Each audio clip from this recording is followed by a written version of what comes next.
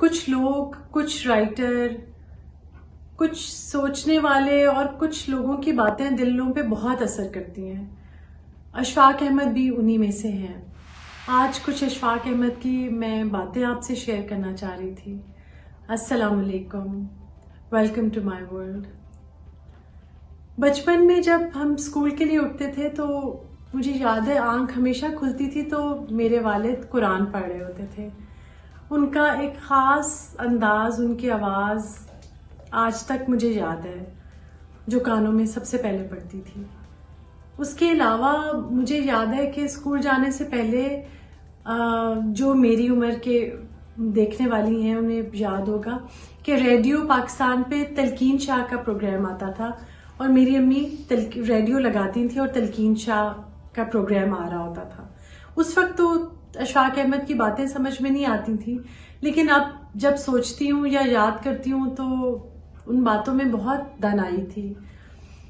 ہم لوگوں نے بہت کچھ بچپن میں ایسا دیکھا ہے، ہم بہنوں نے، ہم بہت خوش قسمت ہیں جن باتوں نے ہمیں بہت کچھ سکھایا ہے.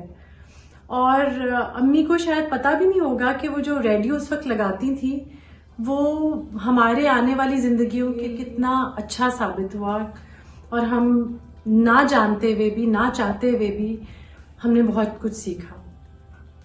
اشفاق احمد صاحب نے بہت کچھ اپنی والدہ کے بارے میں بھی لکھا ہے، اپنی امی کے بارے میں. ایک جگہ وہ لکھتے ہیں کہ میں اکثر گھر رات کو دیر سے آیا کرتا تھا، اور جب بھی میں کبھی آتا تھا رات کو دیر سے تو میری امی فوراً کچن میں چلی جاتی تھی اور جا کے توا رکھ کے پھلکا بناتی تھی. تو اشفاق احمد صاحب کہتے ہیں، میں کہتا تھا کہ آپ کیوں، میں رات کو لیٹ آتا ہوں، مجھے برا لگتا ہے آپ اٹھتی ہیں اور روٹی بناتی ہیں میرے لیے. تو کہنے لگی نہیں، اس میں کیا ایسی بات ہے، ماؤں کا یہی تو کام ہے، مجھے اچھا لگتا ہے تمہارے لیے میں تازہ پھلکا بناتی ہوں. ویسے تم اتنی رات کو کہاں جاتے ہو، کہاں سے آ رہے ہو؟ تو اشفاق احمد صاحب نے کہا کہ میں رائٹر بن رہا ہوں، ادیب بن رہا ہوں، اور میں کتابیں لکھوں گا. تو وہ سادہ خاتون تھی، انہوں نے کہا کہ وہ اتنی ساری کتابیں جو پڑھی ہوئی ہیں اندر وہ. تو اشفاق احمد صاحب نے کہا کہ وہ تو ہے، میں تو ایک مختلف قسم کا ادیب بنوں گا، مختلف رائٹر بنوں گا. میں تو صرف سچ بولوں گا، صرف حق کے لیے لڑوں گا اور صرف سچ لکھا کروں گا. تو کہتے ہیں میری والدہ بڑی سادی تھی، انہوں نے کہا کہ اچھا اگر سچ بولنا ہے نا تو صرف اپنے بارے میں بولو، لوگوں کے بارے میں سچ بولنے کی ضرورت نہیں ہے.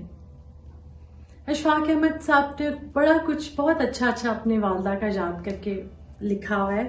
ایک اور جگہ وہ انہوں نے لکھا،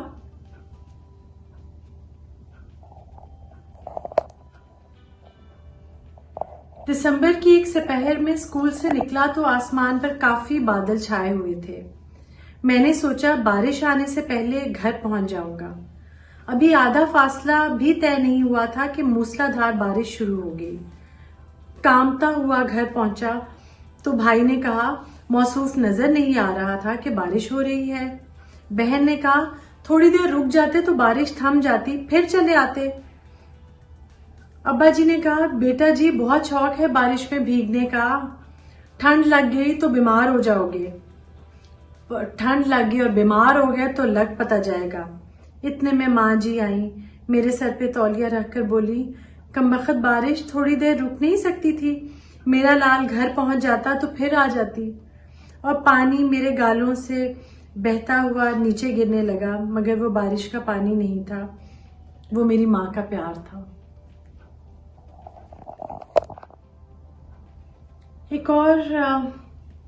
ایک اور فسانے عنوان اماں سردار بیگم میں اشفاق احمد لکھتے ہیں، اماں کو باسی کھانے، پرانے ساگ، اترے ہوئے اچار، ادھ کھائی روٹیاں، سوکھی روٹیاں بہت پسند تھیں. دراصل وہ رزق کی قدردان تھیں، شاہی دسترخوان کی بھوکی نہیں تھیں.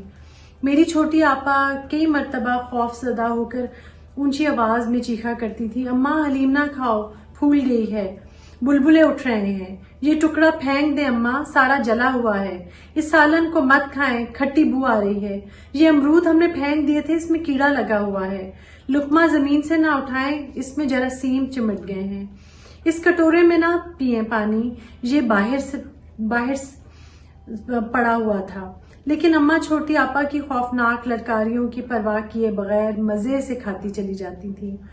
چونکہ وہ تعلیم یافتہ نہیں تھی نا، ان کو جراثیم کا مطلب نہیں پتا تھا، وہ جراثیموں سے نہیں ڈرتی تھی، صرف اللہ تعالیٰ سے ڈرتی تھی۔ پہلے اپنی امی کو دیکھا ساری زندگی، پھر بیٹی سے ماں تک کا سفر طے کیا۔ شاید میں اتنی اچھی ماں نہیں بن سکی جتنی میری امی اچھی تھی، تو میں دعا کرتی ہوں کہ شاید کہ آدھی بھی کیا، میں ایک پوائنٹ برابر بھی اپنی ماں جیسی بن گئی تو بہت اللہ کا کرم ہوگا۔ ایک اور جگہ ایک کتاب مٹی کا دیا کا اقتباس ہے۔ ماں، ابا جی مجھے مارتے تھے تو امی بچا لیتی تھی۔ ایک دن میں نے سوچا کہ اگر امی پٹائی کریں گی تو ابا جی کیا کریں گے، اور یہ دیکھنے کے لیے کہ کیا ہوتا ہے میں نے امی کا کہا نہ مانا۔ انہوں نے کہا بازار سے دہی لا دو، میں نہ لایا۔ انہوں نے سالن کم دیا، میں نے زیادہ پر اصرار کیا۔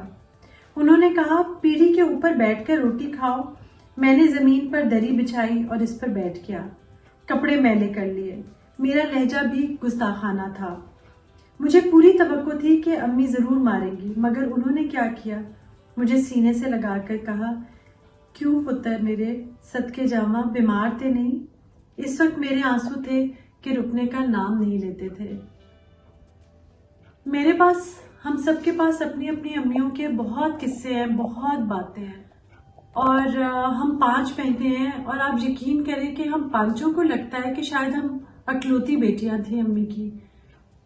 وہ ہم 5 کو الگ الگ اس طرح سے پیار دیتی تھی، اور ہم لوگ الگ الگ ان کے ساتھ ایسے جڑے ہوئے تھے کہ جب وہ اس دنیا سے چلی گئی تو ہم نے پھر ایک دوسرے کے ساتھ جو امی کے تھرو کنیکشن تھا اس کو ہم نے ایک دوسرے کے ساتھ کنیکٹ کیا، اور ہم اس طرح سے انہوں نے ہماری تربیت کی ہے کہ آپ یقین کریں ماشاءاللہ دنیا مثال دیتی ہے کہ ایسے ہونا چاہیے اور ایسے رہنا چاہیے۔ میرے باہر جو باغ میں پھول ہیں، جو لان ہے، اس میں پھول زیادہ تر جو پودے ہیں وہ میرے ماں باپ کے لگائے ہوئے ہیں، اور اب ہم 5 میں سے جب بھی کسی کی سالگرہ ہوتی تھی نا اور وہ امی کے پاس ہوتی تھی تو امی باہر لان سے کچھ پھول توڑتی تھی اور چائے کے ساتھ اس کو لا کے دیتی تھی اور برتھ ڈے وش کرتی تھی۔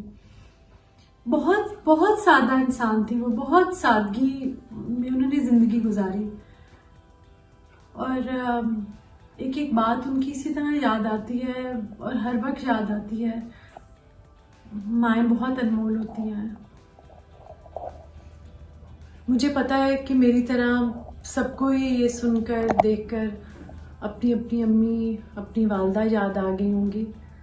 مجھے بھی پڑھتے ہوئے تو کیا ہر وقت ہی اپنے ماں باپ دونوں یاد آتے ہیں، تو ان سب والدین کے لیے جو اب اس دنیا میں ہمارے ساتھ نہیں ہیں، سب دعا کیجیے اور ایک دفعہ فاتحہ پڑھ لیں۔ اپنا بہت خیال رکھیں، پھر ملیں گے۔